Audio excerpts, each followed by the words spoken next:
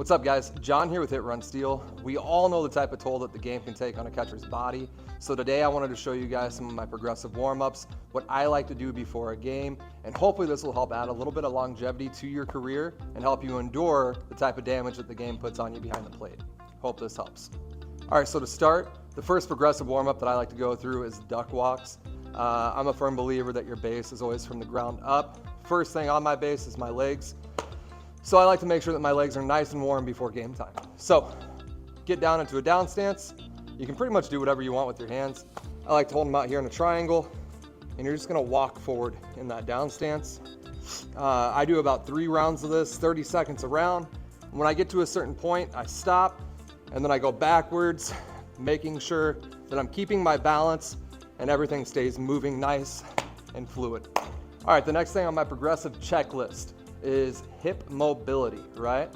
We do a lot of side-to-side movement, a lot of up and down behind the dish. So I like to make sure that my hip flexors are pretty well taken care of. I do this in the way of pull-throughs. So that's what I call them, at least. They're relatively simple. What I like to do is I like to get down on one knee with one leg out in front. I'm actually pulling through the ground on my front foot. So it's a heel to toe motion, much like sprinting, which brings me to my next topic, which is gonna be your hand placement. I like to put my hands in a sprinter's position to go right along with that heel toe movement, right? So the purpose or the objective of this is I am going to lean into it, getting a real nice deep stretch in that off hip as I pull and switch. I like to do these 3 rounds, 30 to 45 seconds. Trust me, your hips are gonna be feeling it towards the end, but they'll thank you for it later.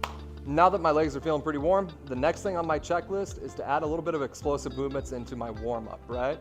So what I like to do next is replace my knees with my feet. So for this one, what we actually do is we start off down in a crashed position, just like this, toes down, heels up, butt and hips back, right? With my hands, I want to basically perform a broad jump just without standing. So I'm going to take my hands, come back, and I'm focused on exploding forward and landing into an up stance. And once I get to here, I'm just gonna crash down, rock back, back up.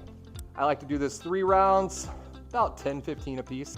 All right, so the last thing on my to-do list for my progressive warm-ups before I get ready to go out there and play is to actually focus on some lateral movement, side-to-side blocking. For me, I like to start off down in an outside stance. I'm here. I'm gonna drive off, focus on making sure that everything stays nice and square to the ball or to the pitcher. As I push off, I'm gonna go ahead and come over to this side. Then I'm gonna go ahead and get back up into an inside stance. And I'm gonna do the same thing, driving off, focused on keeping everything out in front. That's actually the last thing that I got before I take the dirt. We all know that it takes one heck of a catcher behind the plate to make a great game. Without you guys, the game would be pretty boring and pretty difficult, if I'm being honest.